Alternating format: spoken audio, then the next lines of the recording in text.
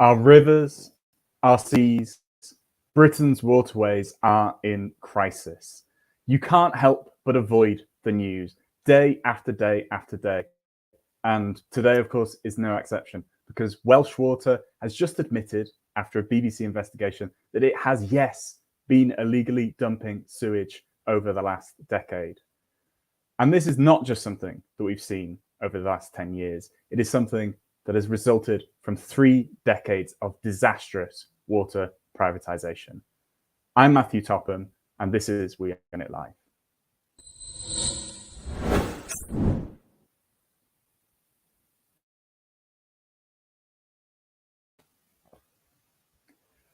This water crisis has been developing for years.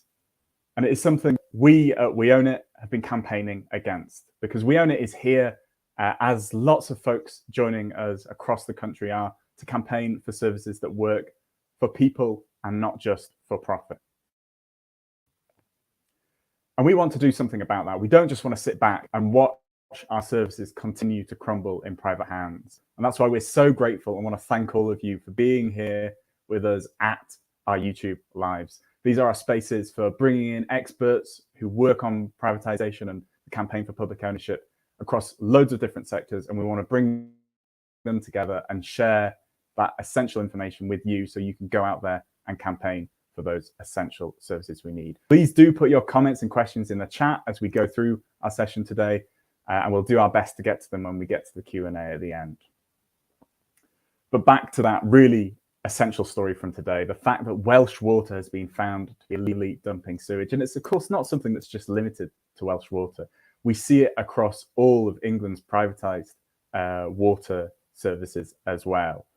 Just this year, we've had Thames Water tinkering on the edge of bankruptcy. We've seen over the last decade millions and millions of pounds, including a record £90 million fine to Southern Water for sewage being dumped into our rivers and seas. The whole system is crumbling, and it's not just on sewage. We've seen up to 25% at some water companies of our water leaking out every day through these pipes because they are just not investing in the infrastructure enough.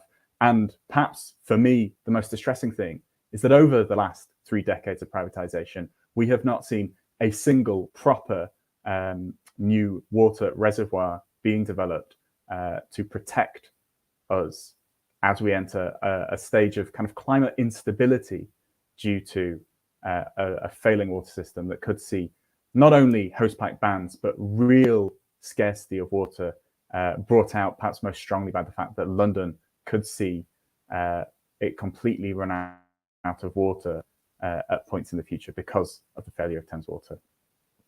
So we know that the crisis is severe, but I'm glad that it's not just me here to talk doom and gloom about it today. We are going to be joined by the absolutely fantastic Professor David Hall, who We Own It has worked with, and anyone who follows the story of water privatisation will know his work. Fantastic to have you with us, Dave. It's fantastic to be here, Matthew. Thanks.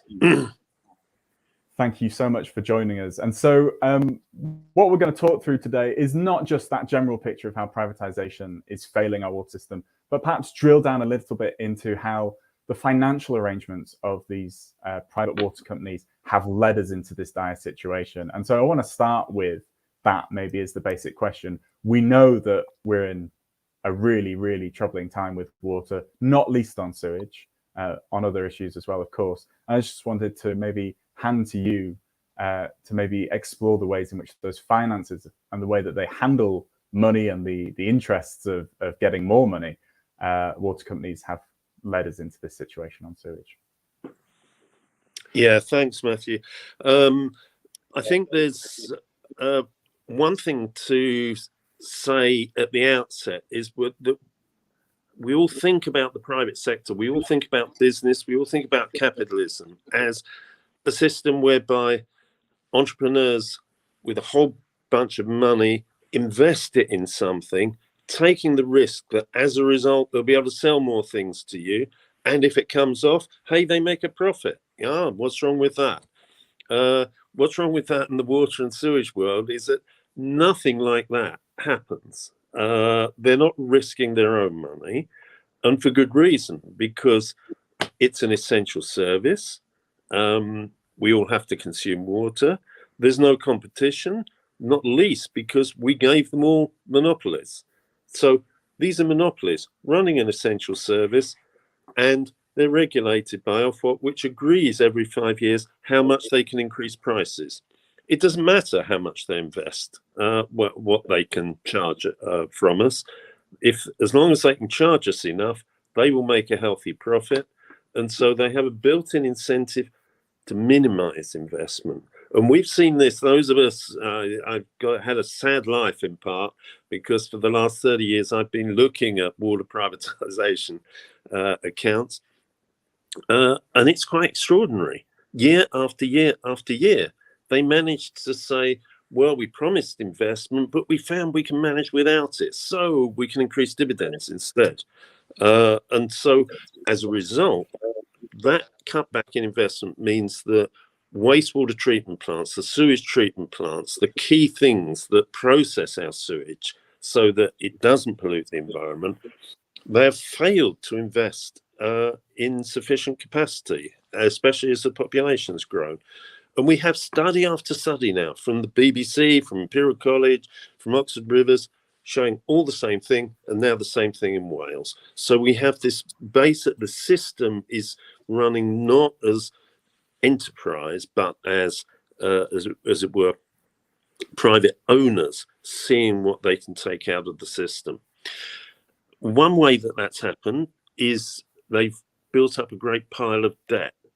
Why is that connected? Well, because when we sold it to them at privatisation, there was no debt on the companies. We paid off all the debt. We said, here, you have debt-free companies. They have borrowed money every year. Every year, they've borrowed over 70 billion. Why? Because they've used it to pay themselves dividends. They haven't been using it for investment. I'll come to that, because we've had investment in the system, some investment. They haven't been using it to invest in the system. They've been using it to pay themselves dividends. So as that debt mounts up, we then have to pay interest on the debt as well. So we are now paying interest on the debt they have accumulated over 30 years to pay the dividends of the last 30 years, as well as paying this year's dividends and debt. Why was it unnecessary? Because every year since privatisation, pretty much, we have paid enough in our bills to cover all the actual investments made without any contribution from the shareholders. And so that's how it's been. It's been us that's financing it. The shareholders literally have just been taking money out, not putting it in. And so if the shareholders disappeared overnight, we would be much better off. We would lose very little. Absolutely. And it's shocking when we hear that fact of how it's been, not least this scenario where we have provided all the money to make this investment, and yet the system is being set up to, some would say, run as a cash cow for these shareholders to make money for them. And you made that really great point that we wrote off all the debt to hand when we handed these private companies over to them. I think I've also read we also left them a little bit of a kind of cash bag when we handed it over, a little bit of a green dividend for them to try and make it a smoother transition. So we actually gave them money to make that transition easier. We did indeed. It was something with the rather lovely title of the Green Dowry for the marriage between private business and the water system. It was about £1.5 billion. And we said, yeah, we know it's going to be expensive for you, so here's £1.5 billion to help make it easier for you. The net result of that is, after writing off the debt and giving them the green dowry, the amount they paid for the companies was more or less the same as what we gave them to make it attractive for them. So we actually got nothing as a result of the privatisation. Yeah. So, I mean, we often hear that story of, or this phrase of kind of selling off the family treasure back in the 1980s and the 1990s. But actually, it looks like on water, we didn't even sell it off. We gave it away as a bit of a gift. Yeah, you brought out earlier, Dave, this way in which we've been ripped off, not least with money getting paid out as dividends. And there's a lot of numbers that get thrown around by both the private water companies and by ourselves as campaigners about how much money has gone in, how much money has gone out. What is the number in kind of modern terms so that we can actually contextualize it in today's economy? Yeah. Well, it's good. It's good timing from that point of view, because I and others have just finished looking at the dividends actually paid out this year, and the companies between them have paid out just about £1.4 billion this year in dividends, and they've just taken it out of the companies. That's not regulated. It's Ofwat says it's up to them to decide how much they take. So they've taken 1.4 billion this year. How does that compare with last year? Last year they only took out 1 billion. So it's a 42% rise. They've given themselves a 42% increase in dividends this year. That brings the running total up since privatisation to an astonishing 77 billion in dividends, which of course is why the debt burden is about the same, because they're borrowing money to do this. So 1.4 billion this year, a 42% rise on last year, and 77 billion in total. What does the 1.4 billion mean in terms of lost capital expenditure? It's equivalent to about a quarter of all the capital expenditure that is actually made. So we're losing something like a fifth to a quarter of capital expenditure just because the dividends are being taken out. And remember, we're not getting any shareholder money in return for that. What does it mean in terms of our bills? 1.4 billion is something like 11% of our water bills. So every pound that we pay them, they say thank you very much and pocket 11p of it before making use of the other 89p in the water business. So that's pretty much how it's gone. And that's the scale and impact of the dividends. The other thing, of course, all the interest on all this debt has also piled up, and that is also about another 1.4 billion this year. So between them, they're paying out to shareholders or to creditors something like 50% of capital, the equivalent of 50% of all the capital expenditure. It's a huge loss. It's extraordinary, because we've just talked about how we bent over backwards to make it easy for them at the start. And what they've done is pay out billions. You've identified 77 billion pounds to shareholders over the course of privatisation. That money could have gone into investing in improving the services, into capital expenditure, as you've been saying. But to do that, they've also built up a debt pile, which is now also extracting billions of pounds each year that could again be going into stopping the sewage crisis, future-proofing our water system. Or if we wanted to say, let's not bother with all that, which of course we do want to bother with it, it could have been going into making the bills cheaper. And so all of that has been building up as a form of financial mismanagement from our perspective, possibly of appropriate management from the seat of these shareholders. But just to actually take the view of the shareholders for a moment, Dave, something that we often see them arguing is, and I know this is true up in my native Yorkshire, so I'm calling from Leeds today. Yorkshire Water will say, oh, that number you're seeing in our accounts, that's not a proper dividend. It's an internal dividend. And they'll say, oh, we're not really paying that out. What's going on there, Dave, when they say all this sort of stuff?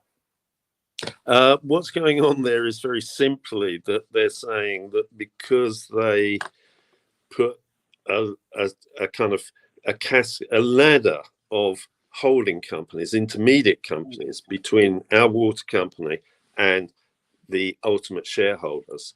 Literally, the companies are saying, well, we're just paying the dividends to the company at the bottom of the pile.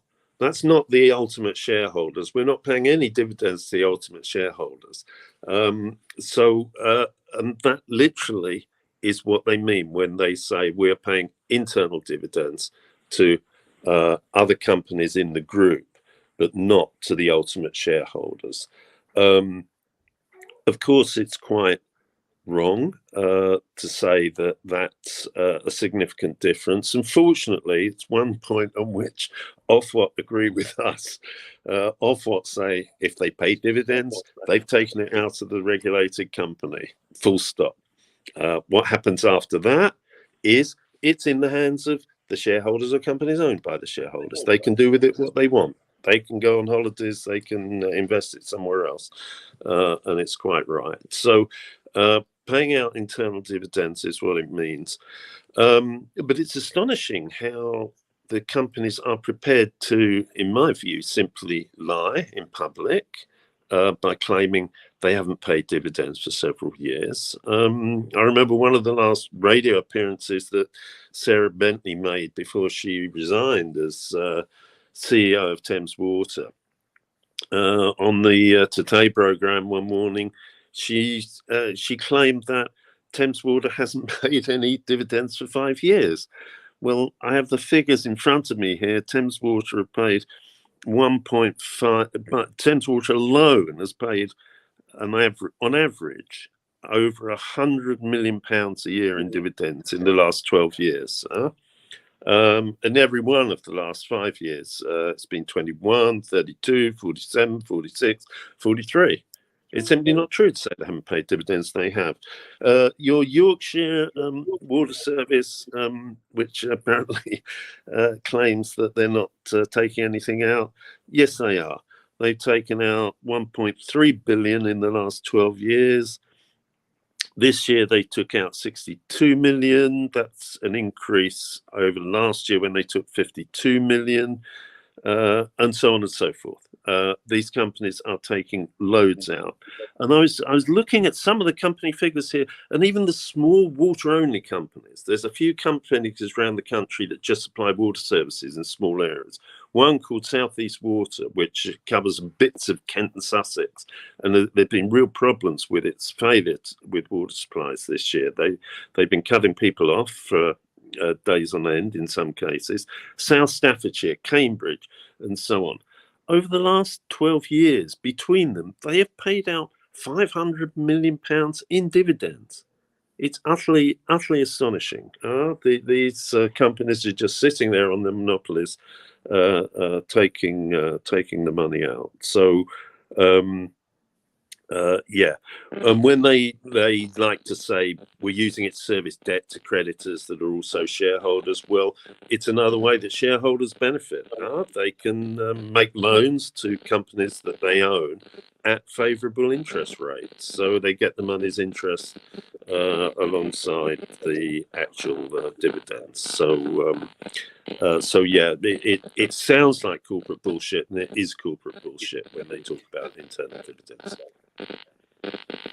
Absolutely. And that point just at the end there, Dave, where we've got these shareholders serving as creditors as well, and so finding other ways to extract money from these regulated water companies is not just something that folks like yourself and myself who have already identified that privatisation is the problem are pointing to.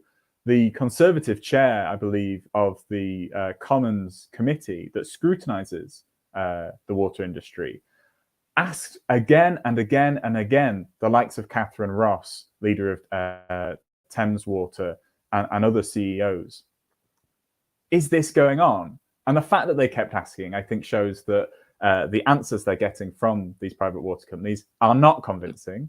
And frankly, it shows that these MPs know that this is going on and are finding it very, very concerning. So just a really interesting point you made there, and one I think shared more broadly. I'm really keen to get to some of the fantastic questions we've had coming in the chat.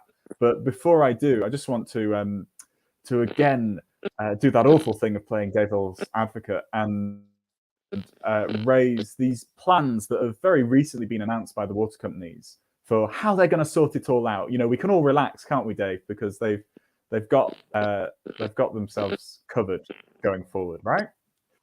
Yeah, yeah, yeah. They've got themselves covered fine, but it's a little relevance to us.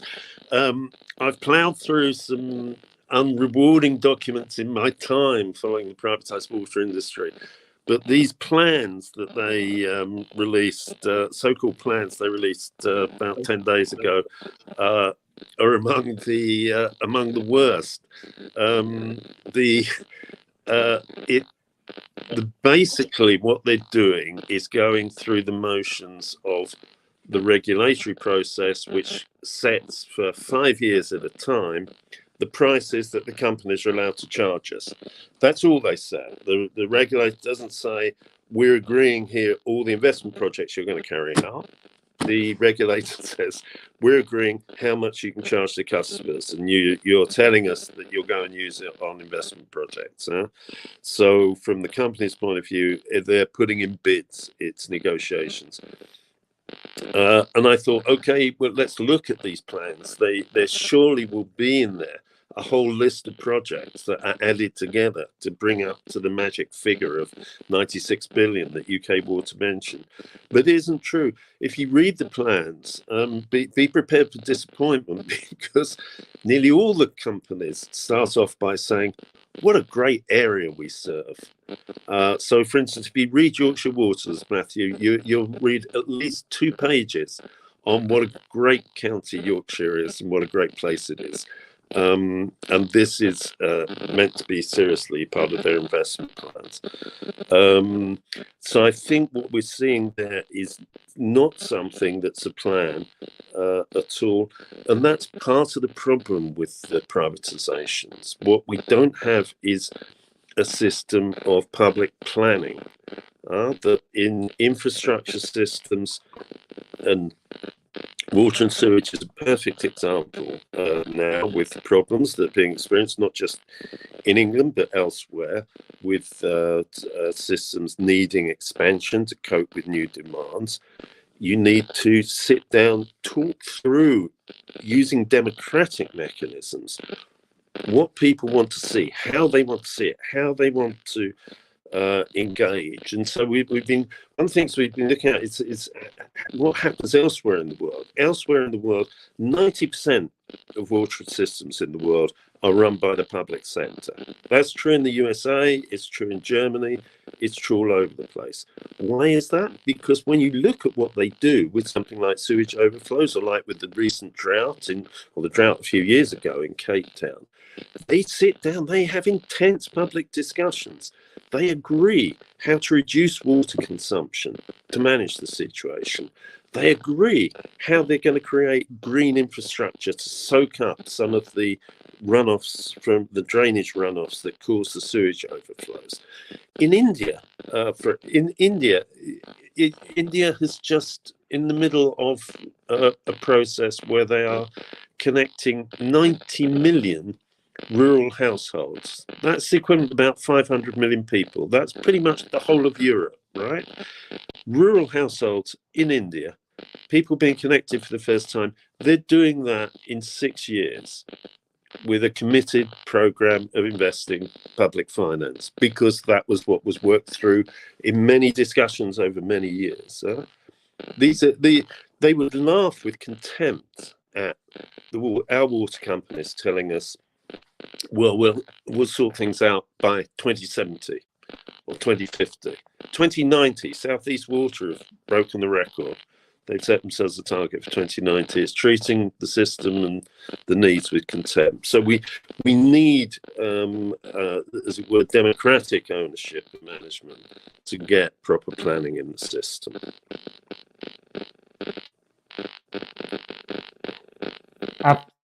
Absolutely. I mean, it always amazes me as we look across other countries just how much better their systems are. And 2 of the key things that you talked about there that I've seen examples of: one, a serious program of investment. What we've seen in Austria, where not only is water entirely publicly owned, they have banned in their constitution recently the privatization of water.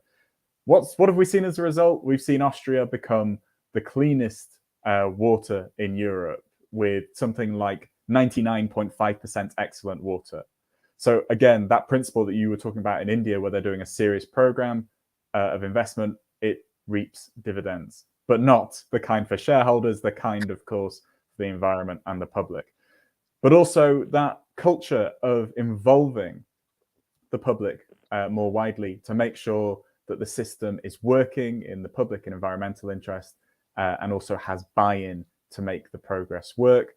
We've seen time after time, particularly in my experience in France and Spain, where particularly France had a lot of water privatization. In some ways, it seems the home of water privatization, but we've seen over 100 council areas, local authorities take back since 2000 control of their water services, and they're not just doing a kind of municipal top-down approach, but Paris Water, I think Water in Grenoble and elsewhere, they are putting the voices of local people directly on the boards of these companies. So not just consultation is good, but actual democratic voice. So really exciting examples there of what can be happening.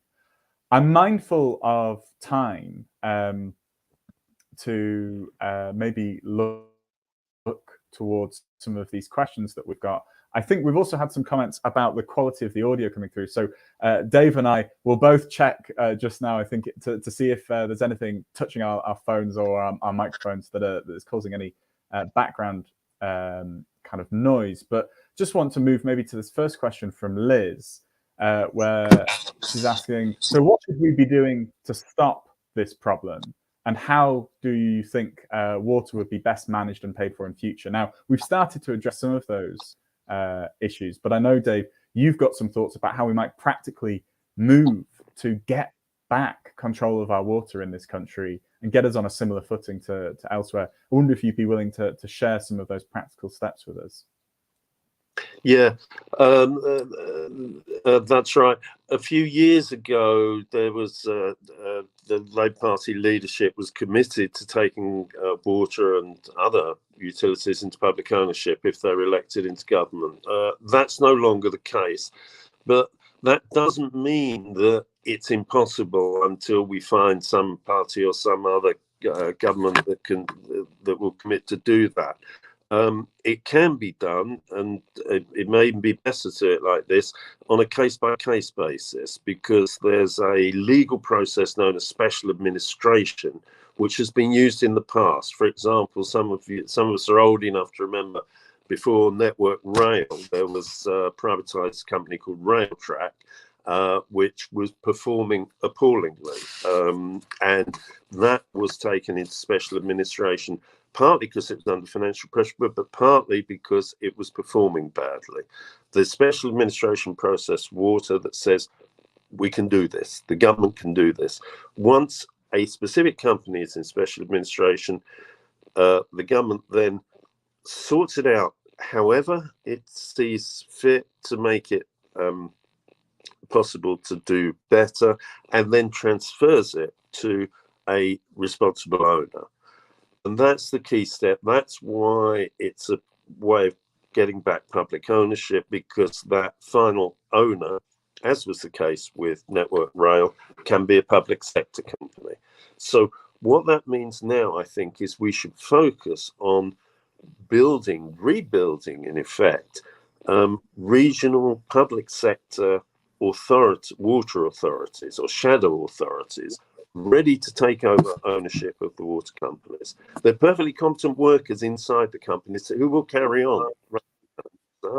It's the key ownership and finance responsibilities and the public planning responsibilities we want back in public hands.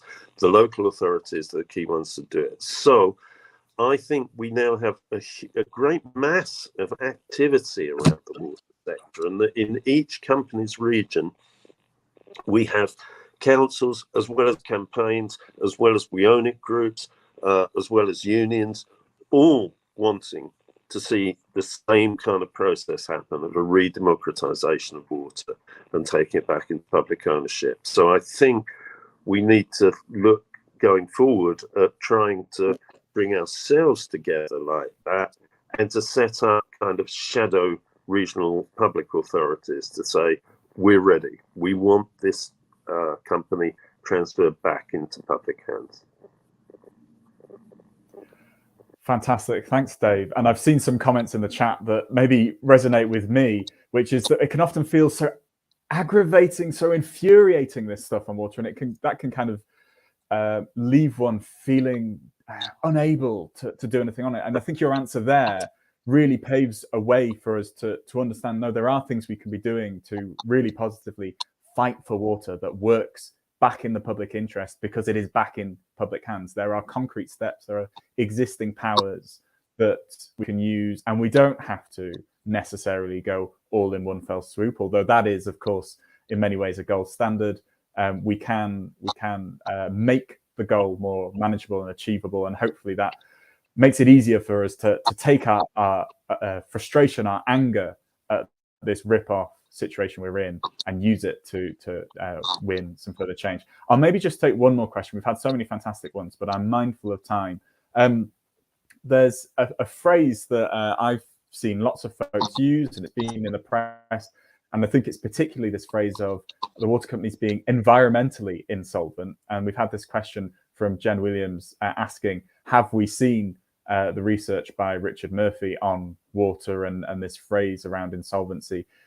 Have you any thoughts on that, Dave? And how do you think that that financial situation that these companies are in, where Thames Water very nearly was just plain old insolvent earlier this year, it was in very dire financial straits, links with that environmental situation that we're seeing?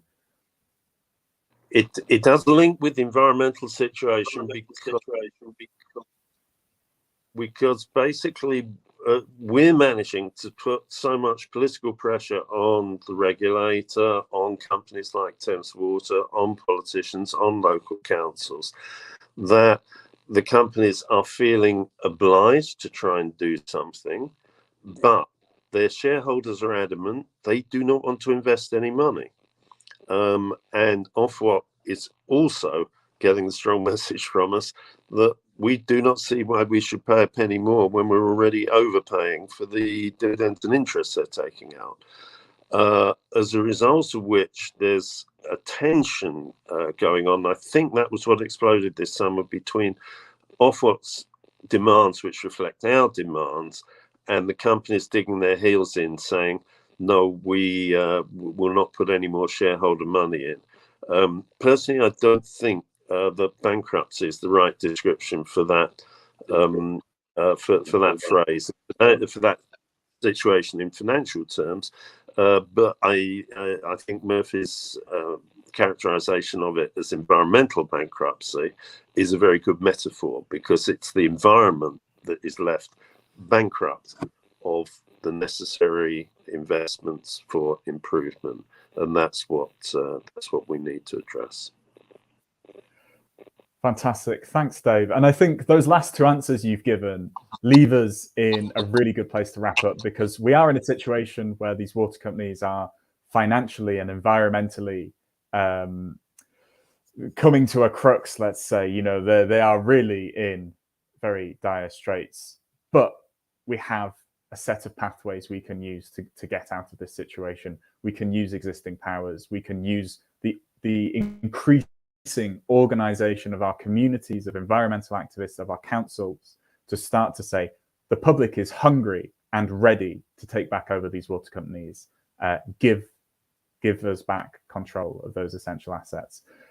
So thank you so much, Dave, for coming on today to talk to us about this dire situation. And thank you everyone who's been watching online.